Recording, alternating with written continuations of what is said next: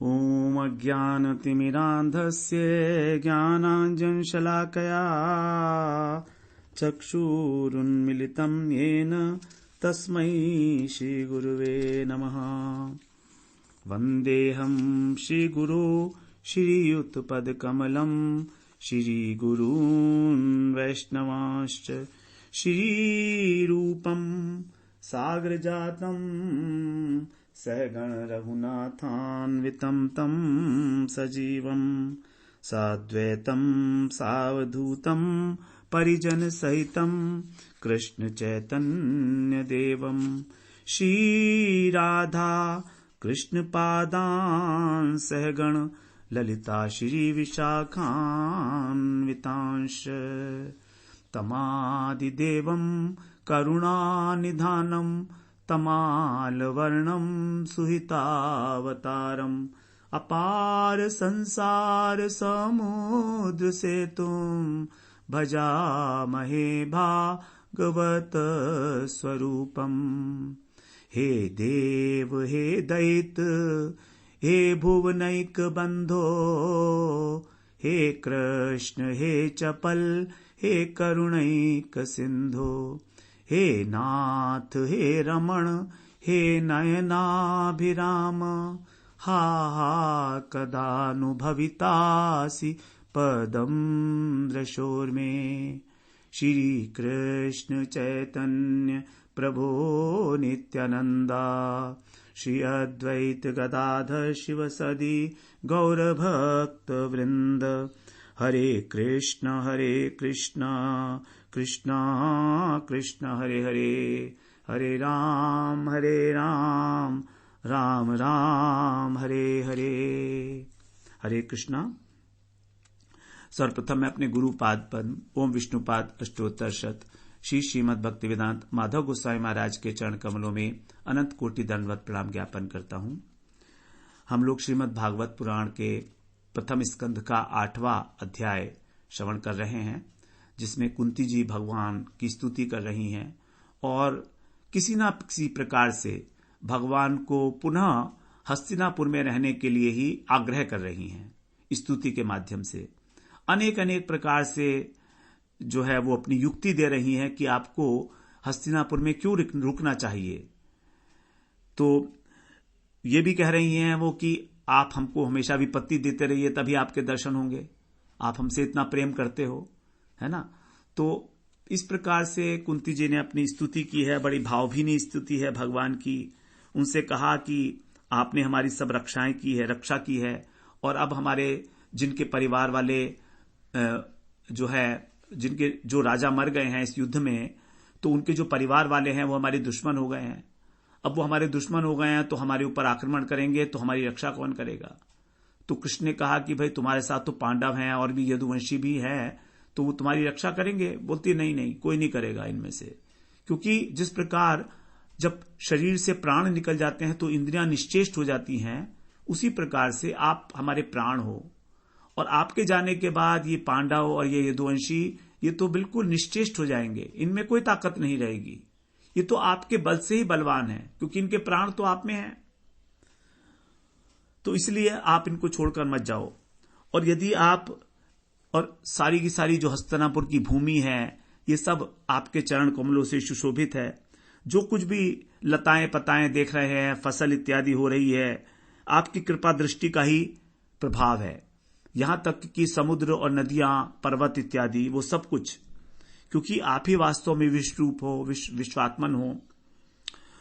फिर बाद में कहती है ठीक है आपको जाना ही है ना, तो आप ऐसा करिए कि मेरी जो इनके प्रति आसक्ति है, पांडवों के प्रति और यदुवंशियों के प्रति, उस आसक्ति के बंधन को काट दीजिए। तो फिर मैं भी बिल्कुल वीतराग हो जाऊंगी, मुझे कोई फर्क नहीं पड़ेगा। मैं तो साधारण स्त्री हूं, इस संसार में आसक्ति के कारण बंधी हुई हूं अपने पुत्रों से, पांडवों से। तो आप इसको काट दीजिए, आप तो भगवान हो, आप सब कुछ कर सकते हो। तो फिर यदि ऐसा कह तो दिया कुंती जी ने, लेकिन कुंती जी के मन में आया कि अरे ये कृष्ण भी तो यादव है ना। अब अगर यादवों से इन्होंने मेरा जो प्रेम है, वो आसक्ति है, वो अगर नष्ट कर दी तो फिर कृष्ण से भी मुझे प्रेम नहीं रहेगा, इसका मतलब यही हुआ। और कृष्ण यही सोचे कि क्या आप मुझसे भी अपना प्रेम बंधन जो है खत्म कराना चाहती हो। तो इसलिए विशेष रूप से अब वो 42वें श्लोक में कहती हैं कृष्ण से, विशेष रूप से कृष्ण को संबोधित करके। ये बड़ा इंपॉर्टेंट श्लोक है। अगेन, त्वयि मेन्य विषया मतिर्मधुपते सकृत रतिमुद्वहता दद्धा गंगेवौ घोगमुदन्मती। त्वयि में अनन्य विषयामति, हे मधुपते, भगवान को संबोधन है। भगवान मधु के पति हैं, मतलब मधुपुरी, जो मथुरा है उसको मधुपुरी कहा जाता है, तो इसलिए भगवान को संबोधन है मधुपति। हे कृष्ण, उदनवती माने जो समुद्र की ओर, गंगा ओघम, गंगा का प्रवाह है। जैसे गंगा समुद्र की ओर निरंतर प्रवाहित होती रहती है, इव में वैसी ही मेरी भी अनन्य गति, अनन्य माने दूसरे किसी विषय में नहीं जाने वाली, अनन्य भाव से किसी अन्य व्यक्ति में, किसी अन्य पदार्थ में न जाने वाली, विषया माने विषयों वाली ये जो बुद्धि है, मति, त्वयि अस्कृत, सकृत माने होता है एक बार, सकृत, और अस्कृत मतलब होता है निरंतर, अनेकों बार, अर्थात निरंतर, कंटिन्यूअसली।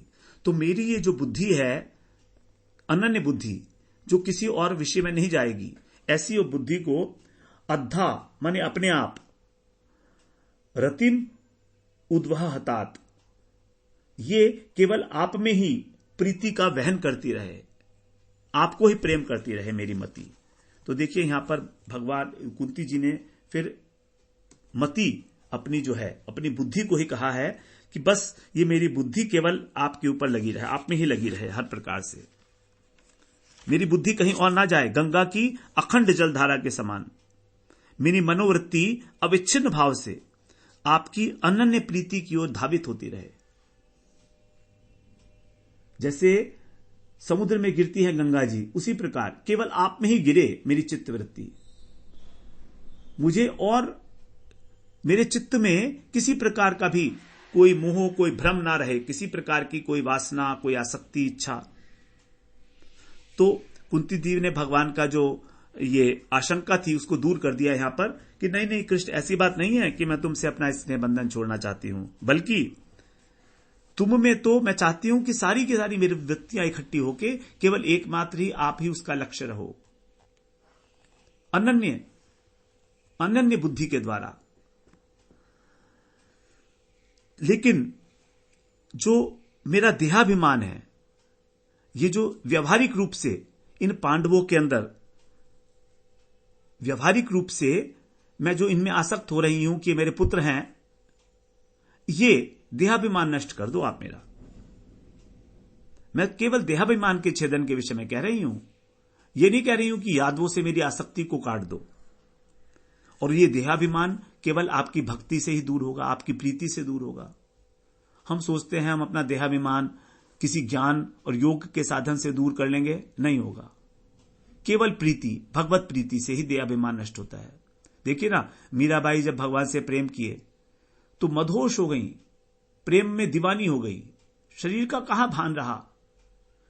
महाप्रभु भक्त के रूप में जब महाप्रभु कृष्ण कृष्ण बुलाया करते थे, हा कृष्ण हा कृष्ण, जितने भी भक्त हुए हैं सबका देहाभिमान नष्ट हो जाता है और अपना आप हो जाता है, स्वाभाविक, क्योंकि उनकी मति अविच्छिन्न रूप से कृष्ण के अंदर जाकर अपनी पराकाष्ठा को, अपनी पूर्णता को प्राप्त होती है। चित्तवृत्ति केवल वहीं लगी रहती है। चित्तवृत्ति भगवताकार होने पर ही देहाभिमान नष्ट होता है। जब तक वो विषयाकार है हमारी चित्तवृत्ति, क्योंकि चित्त का एक स्वाभाविक गुण है कि वो जिस चीज का चिंतन करता है उसका आकार ग्रहण कर लेता है, और ये बहुत बड़ी स्पेशलिटी है उसके अंदर। यदि हम अपने मन से मोबाइल का चिंतन करेंगे तो हमारा चित्तवृत्ति मोबाइल आकार हो जाएगी, उसने आकार ग्रहण कर लिया, अब वो केवल उसी के विषय में धावित होगी। और यदि भगवान का चिंतन करेंगे तो भगवत आकार हो जाएगी, भगवान का चिंतन, भगवान का मनन स्वाभाविक रूप से होने लगेगा। तो वही कह रही हैं कि मुझ में कोई भक्ति तो है नहीं, मैं तो भक्ति योग से रहित हूं, इसलिए मेरा देहाभिमान जो है नष्ट नहीं हुआ है अभी। आप ऐसी कृपा करो कि मेरी चित्तवृत्ति सभी विषयों को त्याग करके निर्बाध रूप से आपके चरण कमलों में संलग्न हो जाए। और मैं जानती हूं कि आप जो है यादव जो है आपके बड़े प्रिय भक्त हैं, और अगर यादवों में प्रीति नहीं होगी तो आप में भी प्रीति नहीं होगी, क्योंकि आपके भक्तों में प्रीति होने पर ही, आपके भक्तों में प्रीति होने पर ही आप में भक्ति का उदय होता है। अगर भक्तों से प्रीति नहीं है तो आप में प्रीति की संभावना ही नहीं है, हो ही नहीं सकता प्रेम। इसलिए केवल देह के संबंध से मेरा जो उनसे व्यवहारिक प्रीति का संबंध है, देह के संबंध से कि मैं वसुदेव की बहन हूं, यह संबंध से व्यवहारिक संबंध जो है हमारा भाई बहन का जो संबंध है, इस संबंध को आप छेदन करो। मैं जानती हूं कि यदुवंशी आपके परम भक्त हैं, तो इस भाव से कि वो आपके भक्त हैं, ये भाव मेरी बुद्धि में हमेशा बना रहे। मैं उस भाव को नष्ट कराना नहीं चाहती हूं आपसे। तो भक्तों के साथ मेरी प्रीति बनी रहे, केवल व्यवहारिक रूप से उनके साथ जो संबंध है वो नष्ट हो जाए। तो बड़ी सूक्ष्म बात है समझने के लिए। व्यक्ति एक ही होता है, उससे हमारे दो प्रकार के संबंध हैं, व्यवहारिक और परमार्थिक। भाव दृष्टिकोण से अलग और व्यवहार की दृष्टि से अलग, इन दोनों को अलग अलग लेकर चलना होगा। इसी बात के लिए यहां पर प्रार्थना है। आगे कह रही हैं अगले श्लोक में 43rd श्लोक, श्री कृष्ण कृष्ण सख वृष्णि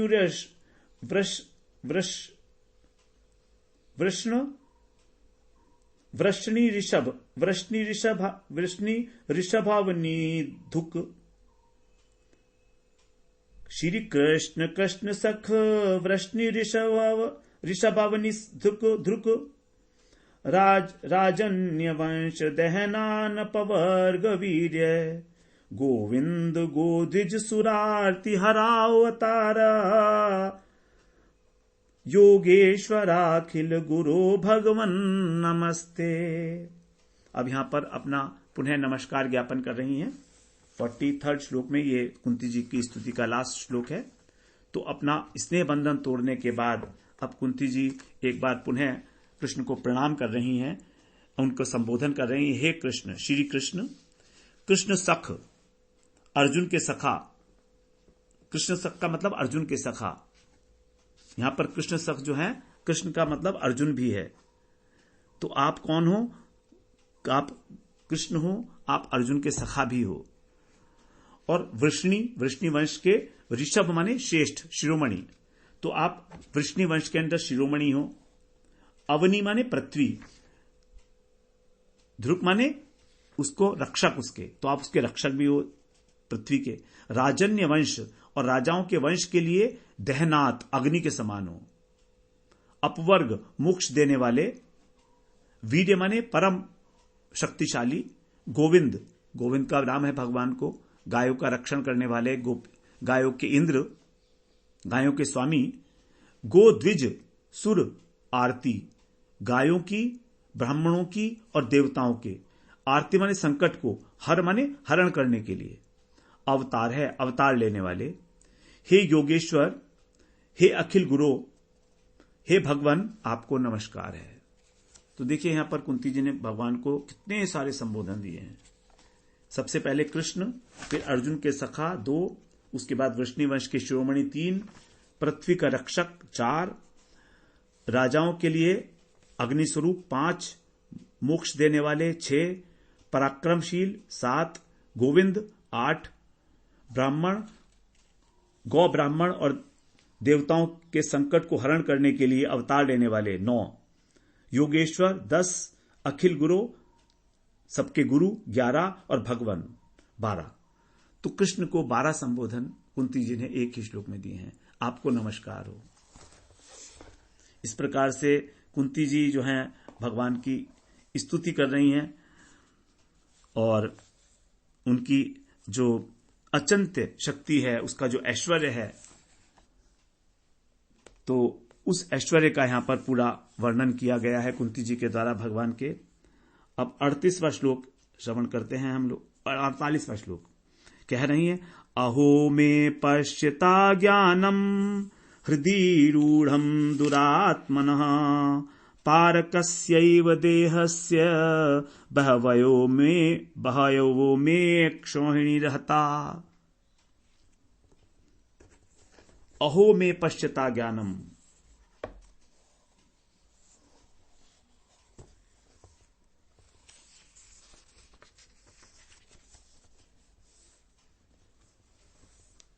ये कौन सा श्लोक है हमारा? अहो में, हम तो आगे बढ़ गए, 44वां श्लोक श्रवण करना था हमको, ये तो बहुत आगे का श्लोक पहुंच गए। ये हमें 44वां श्लोक श्रवण करना है। सूत उवाच प्रत्येत्थम कलपदै परिणूताखिलोदयः मंदम जहास वैकुंठो मोहयन्निव मायया। इत्थम, इस प्रकार, प्रथया माने कुंती जी के द्वारा, प्रथा जी के द्वारा, कलपदई अखिल उदय, मधुर शब्दों में, कल का अर्थ होता है सुंदर मधुर, अखिल उदय सब लीलाओं का वर्णन करके, परिणूता वैकुंठ माया, कृष्ण माया से मोहित करते हुए, मोहयन इव मंदम जहास, मंद मंद मुस्कुराए। इस प्रकार जब कुंती जी ने स्तुति की बड़े सुंदर वाक्यों से, तो कृष्ण जो है वो धीरे धीरे मुस्कुरा रहे हैं, जैसे मान लो मुग्ध कर रहे हों अपनी मंद हास्य से। कुंती जी वहां पर सबको, क्योंकि वहां कुंती जी अकेली नहीं है, बहुत सारे लोग हैं, तो भगवान जो है मुस्कुरा रहे हैं यहां पर। अब देखिए, भगवान के मुस्कुराने के बड़े सारे कारण होते हैं। जब भगवान मुस्कुराते हैं तो बहुत कुछ हो जाता है। हंसी में भगवान की बड़ा रहस्य होता है। यदि मतलब एक बार भगवान हंस दें तो कुछ का कुछ कर सकते हैं, कुछ तो कारण रहा होगा, भगवान हंसे हैं वहां पर। अहो, फिर आगे कह रहे हैं, ताम बाणमित्युपामंत्र्य प्रविश्य गजसाहयमयम् स्त्रियश्च स्वपुरं यास्यन् प्रेम्णा राज्ञा निवारितः। ताम बाढ़म इति, उस कुंती को ठीक है ऐसा कहकर, भगवान ने कहा ऐसा कहकर, और गजसा आहवयम, हस्तिनापुर में, प्रविश्य माने जाकर, और रानियों के साथ, स्त्रियां माने रानियों के साथ, स्वपुरम यास्यन, अपने नगर द्वारका जाने लगे। तब राज्ञा प्रेमणा निवारित है, जो युधिष्ठिर जो है उनके द्वारा प्रेमणा माने प्रेम से रोक लिए गए। तो अभी तो केवल कुंती जी की बात हुई है। अब कुंती जी की स्तुति के बाद तो भगवान ने सबको मोहित कर दिया अपनी मुस्कान से, तो कुंती जी की बात मान ली उन्होंने, और वो प्रार्थना को अंगीकार करके कृष्ण अब रथ से वापस लौट आए हस्तिनापुर के अंदर ही। और फिर उसके बाद जब दोबारा से वो तैयार हुए विदा लेने के लिए, द्वारका जाने के लिए, तो महाराज युधिष्ठिर ने उनको रोक लिया। पहले तो कुंती जी ने रोका, कुंती जी की बात को उन्होंने कहा इति बाढ़म, ताम बाढ़म इति, कुंती को उन्होंने कहा ठीक है, आप जो कह रही हो, हस्तिनापुर में प्रविश्य माने वापस आ गए, और रानियों के साथ अपने नगर यास्यन माने जाने लगे दोबारा से। बाद में, ये तभी की बात नहीं है, उसी समय नहीं है, कुछ समय रहने के बाद, तब राजा युधिष्ठिर के द्वारा जो है वो दोबारा से रोक लिए गए। अब राजा युधिष्ठिर के द्वारा क्यों रोक लिए गए वो बता रहे हैं। व्यासाद्यरीश्वरे हाग्यै कृष्णेनाद्भुत कर्मणा प्रबोधितो अपोतिहासेन नाबुध्यत शुचार्पितः। ईश्वर इहाग्यई, ईश्वर की जो आज्ञा है उसको जानने वाले लोग, ज्ञ माने जानना, तो ईश्वर की जो इच्छाएं हैं, इह माने चेष्टाएं, तो भगवान की लीलाओं को जानने वाले, इच्छाओं को जानने वाले व्यास आद्यई, जो व्यास आदि महर्षि हैं, अद्भुत कर्मणा, और जो भगवान है वो कैसे हैं? कृष्ण अद्भुत कर्मणा, अद्भुत अद्भुत लीलाएं करने वाले। कृष्ण न, कृष्ण के द्वारा, इतिहास ही माने इतिहासों के उदाहरण द्वारा प्रबोधित है, प्रबोधित किए जाने पर भी, अपि माने भी, शुचार्पितः न अबुध्यत, राजा जो है युधिष्ठिर जी, उनको बोध नहीं हुआ, वो समझ नहीं पाए। 46वें श्लोक में तो शोकग्रस्त थे ना याद राजा युधिष्ठिर, तो भगवान की लीलाओं के रहस्य को जो जानते थे व्यास जी इत्यादि, और स्वयं कृष्ण जो अपनी अद्भुत लीलाएं करते हैं, उन्होंने भी अनेक प्रकार के इतिहास सुनाकर और राजा को, युधिष्ठिर जी को सांत्वना देने की प्रयास किया। युधिष्ठिर जी को यह मोह हो गया था कि मैंने संबंधियों को मारा है अपने। राजा युधिष्ठिर बहुत मोहित से ग्रसित हो गए थे कि मैंने देखो तो इस युद्ध के अंदर अपने कितने सगे संबंधियों को मारा है, मेरे द्वारा कितने बालकों की, मित्रों, पिता, भ्राता इत्यादि सबके साथ द्रोह हुआ है, इसलिए नरक से मेरी मुक्ति नहीं हो सकती। लोग कहते हैं कि राजा धर्म के लिए युद्ध करता है तो उसको हत्या नहीं लगती। ठीक हो सकता है, लेकिन इससे मेरे मन में संतोष नहीं है। तो अनेक अनेक प्रकार के उदाहरण से उन्होंने समझाने की कोशिश की व्यास जी ने और भगवान ने, लेकिन युधिष्ठिर जो हैं वो अपने शोक से बाहर नहीं आ पा रहे हैं। अब आगे कह रहे हैं 47वें श्लोक में, आह राजा धर्म सुतश चिंतयन सुहृदाम वधम प्राकृतेनात्मना विप्रा स्नेहमो वशम गतः। हे शौनकादि ऋषियों, विप्रहा सुहृदाम वध चिंतयन, अपने संबंधियों के वध का चिंतन करते हुए, प्राकृतेन आत्मना, और प्राकृत चित्त के द्वारा, आत्मना माने बुद्धि, अपनी प्राकृत बुद्धि जो साधारण बुद्धि है उसके द्वारा, अविवेक बुद्धि के द्वारा, अविवेक की बुद्धि के द्वारा, स्नेह मोहवशम, स्नेह और मोह के कारण गत राजा होकर राजा युधिष्ठिर धर्म सुत है आह माने बोले। राजा युधिष्ठिर को स्नेह और मोह से जो है वश में हो गए, क्योंकि उनकी बुद्धि जो है हो गई थी प्राकृत बुद्धि, तो इसलिए अब वो मोह में आकर कृष्ण से ऐसा बोल रहे हैं। युधिष्ठिर उवाच, कहीं कहीं युधिष्ठिर उवाच नहीं है,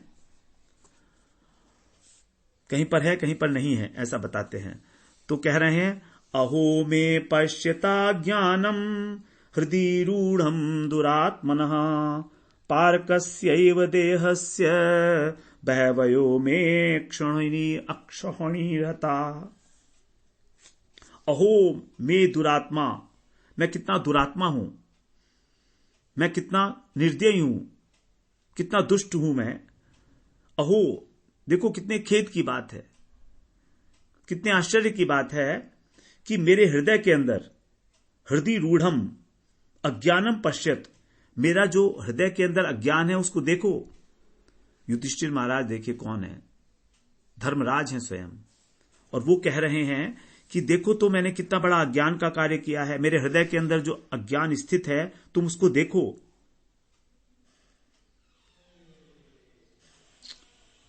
ये दृढ़ अज्ञान है मेरा, और मैंने क्या किया है, क्या अज्ञान है, पारकस्य, पारकस्य माने दूसरों के लिए।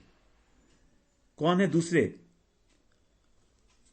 ये शरीर जो है हमारा अपना तो है नहीं, तो जिनका ये शरीर है उनके लिए, अर्थात सियार और कुत्ता, इनके आहार के लिए। एव मन ही देहस्य माने उस देह के लिए, ये जो शरीर है हमारा ये सियार और कुत्तों का आहार है, अग्नि का आहार है, तो उनके लिए मैंने बहुवया माने बहुत सी अक्षौहिणी हतहा, अक्षौहिणी सेना को मार दिया। देखो तो मैंने कितना गलत काम किया है, मेरा अज्ञान तो देखो, मैं कितना बड़ा अज्ञानी हूं, मैं कितना बड़ा अज्ञानी हूं कि मैंने अक्षौहिणी सेना को मार दिया इस शरीर की रक्षा करने के लिए। और यह शरीर क्या है, आहार है, या तो अग्नि खाएगी इसको, या कुत्ते और सियार खाएंगे, गीध खाएंगे। पारकस्य, आगे कह रहे हैं 49वें श्लोक में, बाल द्विज सुहृन मित्र पितृ भ्रात गुरुद्रोह न मे स्यान्यनयान मोक्षो ह्यपि वर्षायुतायुतै। देखो देखो और आगे, इस मेरे अज्ञान के कारण मैंने क्या क्या किया है।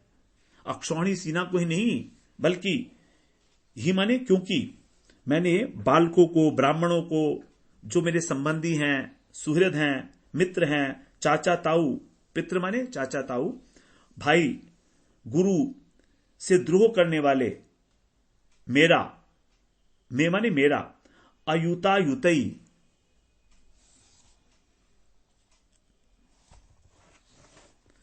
अयुता युतई मतलब लाखों वर्षों में भी, अपि माने भी, निर्यात मोक्ष न स्यात्, नरक से छुटकारा नहीं होगा। मेरा लाखों करोड़ों वर्षों तक भी नरक से छुटकारा नहीं मिलेगा, क्योंकि मैंने इन सबको मारा है। मैं ही इसका कारण हूं।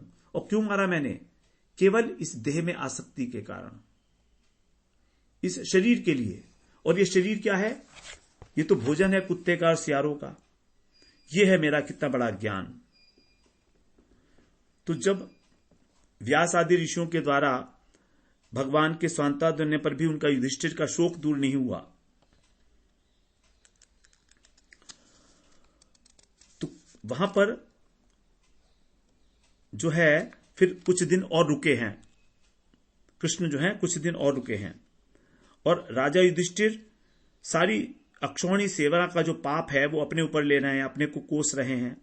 एक अक्षौणी सेना में हम लोग गीता में भी श्रवण किए हैं 21,870 हाथी होते हैं, हाथी 21,870 रथ होते हैं, 65,610 घुड़सवार होते हैं, और 1,09,350 पैदल योद्धा होते हैं। तो ऐसी ऐसी कितनी अक्षौणी सेना मारी गई थी वहां पर।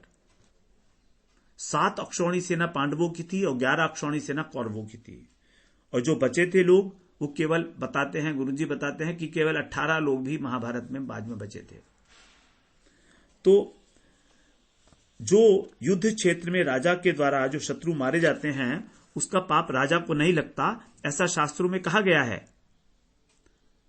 इसलिए आपको उनकी हत्या का शोक नहीं करना चाहिए। लेकिन युधिष्ठिर कहते हैं कि बात तो आपकी ठीक है, लेकिन मैं क्या करूं, मैं क्या करूं, मेरे को यह बात समझ नहीं आ रही है। मैंने देखो कितने लोगों से द्रोह किया है, मेरा नरक से छुटकारा नहीं हो सकता है। 50वें श्लोक में आगे कह रहे हैं, नयनो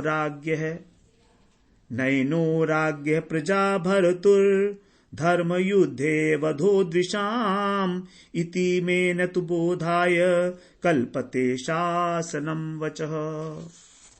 जो प्रजा भर्तु है, राजा है, उसके लिए धर्म युद्धे द्विषाम, धर्म युद्ध में जो उसके द्वेषी हैं, शत्रु हैं, उनका वध करना, ये न माने पाप, न माने नहीं है, ऐसा कहा गया है। इति शासनम वचः, ऐसी शास्त्र की आज्ञा है।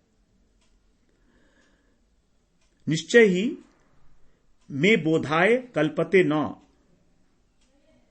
लेकिन मुझे यह बात समझ नहीं आ रही है। मुझे मालूम है ये बात, मुझे मालूम है, यद्यपि शास्त्र का वचन है, लेकिन इससे मुझे संतोष नहीं हो रहा है। केवल इस वाक्य के द्वारा कि राजा को पाप नहीं लगेगा, मुझे संतोष नहीं हो रहा है। मैं क्या करूं? आपकी बात ठीक है, क्योंकि मैंने अपने लिए तो मारा नहीं है, प्रजा पालन के निमित्त मारा है। तो यह वचन मेरे पक्ष में लागू नहीं है, क्योंकि मैं तो प्रजापालक नहीं था ना। प्रजापालक तो दुर्योधन था, राजा तो दुर्योधन था। तो मैंने प्रजापालन के लिए शत्रु का वध नहीं किया है, मैंने वध किया है केवल अपने राज्य के लोभ के वश में होकर। ये युधिष्ठिर जी का सोचना है। तो इसलिए आपके ये वचन मुझे सांत्वना नहीं दे रहे। गलत बात नहीं है, युधिष्ठिर अपने हिसाब से ठीक ही सोच रहे हैं, लॉजिक उनका ठीक ही है। लेकिन वस्तुतः राजा युधिष्ठिर जो है भगवान के नित्य परिकर हैं द्वारका लीला में, तो उन्हें किसी प्रकार का जो है मुंह वगैरह नहीं सता सकता, साधारण नहीं है वो युधिष्ठिर महाराज। लेकिन भगवान कृष्ण की इच्छा से ही वे इसलिए प्राकृत जीव की भांति मोहग्रस्त हो रहे हैं। जैसे अर्जुन को मोह हो गया था, अब वो भी भगवान की इच्छा से ही हुआ था युद्ध के मैदान में। तो यहां पर भी भगवान की कहीं इच्छा रही है कि युधिष्ठिर को मोह हो, कोई कारण है। भगवान का कारण तो भगवान ही जानते हैं। तो कोई कारण होगा भगवान को किसी प्रकार का कोई उपदेश, कोई ज्ञान दिलाना होगा युधिष्ठिर को, युधिष्ठिर के माध्यम से समस्त संसार को। जैसे वहां पर गीता का ज्ञान दिया भगवान ने अर्जुन के मोह के छल से, तो यहां पर भी कुछ ऐसा ही है। तो आगे कह रहे हैं युधिष्ठिर महाराज जी कह रहे हैं, स्त्रीणाम मदहत बंधूनाम द्रोहो यो असौ इह उत्थित कर्मभिर्ग्रह मेधियैर्न न हम कल्पो व्यपोहितुम। मत हतः बंधूनाम, मेरे द्वारा जो मेरे बंधु संबंधी मेरे मारे गए हैं, तो यह असौ द्रोह, इस प्रकार का जो द्रोह स्त्रीणाम, स्त्रियों में उत्थित उदित हो गया है। तो कह रहे हैं कि जिन स्त्रियों के पतियों को, भाई बंधुओं को हमने मारा है, वो तो मेरे प्रति जो हैं द्रोह रखेंगी ही। ग्रह मेधई कर्म भी अहम व्यापुतम कल्पना, तो ग्रहोचित जो ग्रह मेधि के द्वारा यज्ञ इत्यादि किए जाते हैं, मैं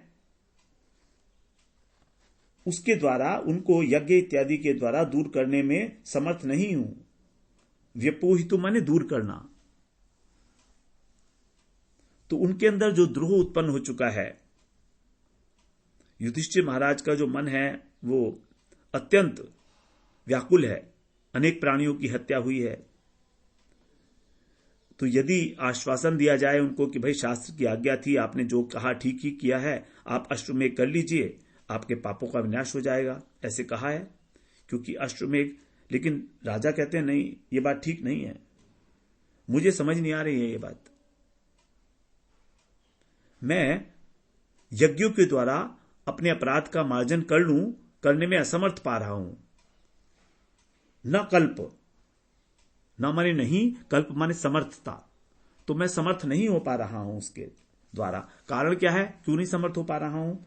तो आगे युक्ति बता रहे हैं युधिष्ठिर महाराज। यथा पंकेन पंकांभ सूर्या वा सुराकृतम भूत हत्याम तथैवेकाम न यज्ञमाष्टुम अर्हति। यथा पंकेन पंकांभ, जैसे पंकेन माने कीचड़ से, पंक माने कीचड़ से भरा हुआ, अंभ माने जल। तो जैसे कीचड़ के द्वारा कीचड़ से भरा हुआ जल स्वच्छ नहीं हो सकता, अथवा सूर्या सुराकृतम, शराब से शराब का नशा नहीं उतर सकता। तथा माने वैसे ही, तथा एव माने वैसे ही, एकाम भूत हत्या, एक भी प्राणी की हत्या यज्ञ माष्टुम, यज्ञ के द्वारा मिटाई न अर्हति, नहीं जा सकती। एक भी प्राणी की हत्या यज्ञ के द्वारा उसका जो पाप है वो नष्ट नहीं किया जा सकता। ये ऐसी मेरी सोच है। जिस प्रकार की शराब से ही शराब की बोतल जो है वो अगर धो ली जाएगी तो साफ नहीं होगी, और कीचड़ से ही कीचड़ का जो जल है वो साफ नहीं होता है। तो मदिरा से मदिरा की अपवित्रता नहीं मिटाई जा सकती, कीचड़ से कीचड़ को नहीं धोया जा सकता। वैसे ही बहुत से हिंसा बहुल यज्ञ हैं, क्योंकि यज्ञ के अंदर भी तो हिंसा होगी ना। तो हिंसा युक्त यज्ञों के द्वारा एक भी प्राणी की हत्या का प्रायश्चित नहीं किया जा सकता। तो अश्वमेध यज्ञ के अंदर भी तो प्राणी हिंसा का विधान होता है ना। तो प्राणी हिंसा को यदि उसका प्रायश्चित होना है, प्रायश्चित करना है, तो क्या दोबारा प्राणी हिंसा करेंगे? बिना सूझे समझे जो प्राणी हिंसा की जाती है, बिना सोचे समझे, उसका निवारण भी अश्वमेध यज्ञ से नहीं होता है। और वो कह रहे हैं मैंने तो राजे के लोभ से सब काम किया है, तो मेरी हिंसा का पाप अश्वमेध यज्ञ से कैसे दूर होगा? जैसे कीचड़ से कीचड़ नहीं धुलती और शराब से अपवित्र पात्र की मध्या धोने पर पात्रता नहीं बन जाती। हम यदि शराब के पात्र को और शराब से ही धोएंगे तो वो अपवित्र ही रहेगा। तो प्राणी हिंसा तो प्राणी हिंसा ही है। इसलिए अंत में राजा कहते हैं कि मुझे ऐसा लगता नहीं है कि मेरे इस पाप से उद्धारित होने का कोई उपाय है। मुझे तो नहीं दिख रहा है कोई उपाय है। इस प्रकार ये युधिष्ठिर महाराज का शोक है, उनको मोह हो गया है। जैसे अर्जुन को मोह हुआ था उसी प्रकार से। तो लोगों के लिए ये बात ठीक हो सकती है कि धर्म के लिए राजा युद्ध करता है तो उसको हत्या का पाप नहीं लगता है, लेकिन जो स्त्रियां विधवा हो गई हैं, बच्चे अनाथ हो गए हैं, जिनके वंश का लोप हो गया है, वो सारा पाप कैसे छूटेगा? क्योंकि यहां पर श्रीमद् भागवत जो है भक्ति भावना का हमारा ग्रंथ है, भक्ति परक। और युधिष्ठिर महाराज धर्मराज होने के साथ साथ भक्तों के भी शिरोमणि हैं।